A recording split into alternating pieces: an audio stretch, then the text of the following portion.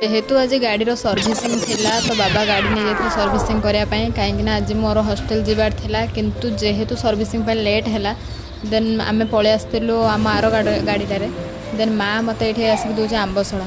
Guys मेरे मना करुचे किंतु ना तार जिदी तू हॉस्टेल रोचु छुआ सब सांग हो खाइब तो गाइज देखिपे सतरे आंक मान भल पाइबा निस्वार्थपर भल पाइबा कौटी ही आपण मैंने पाइबेनि देन मामा धरी फोन तो एडजस्ट करदे भिडियो मामा ही करूला देन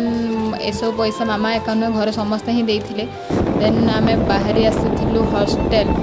गाइज मिनिमम 5-7 दिन हम मुझे कांदुली ना जीविनी कि कौन कर भविष्य तो ये किसी स्ट्रगल करने पड़ो ना देन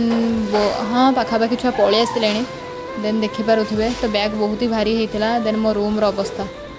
देन मो बैग थोड़ी देखिए सजाड़ी बोली कहला बेलू ओ भाई ये सब कौन गाइज मुझे आसी ब्लड बाहर कर सारे देन मो रूममेट देता कुरकुरी आम खाई तो गाइज मुझे टायर्ड है रोचे बाय।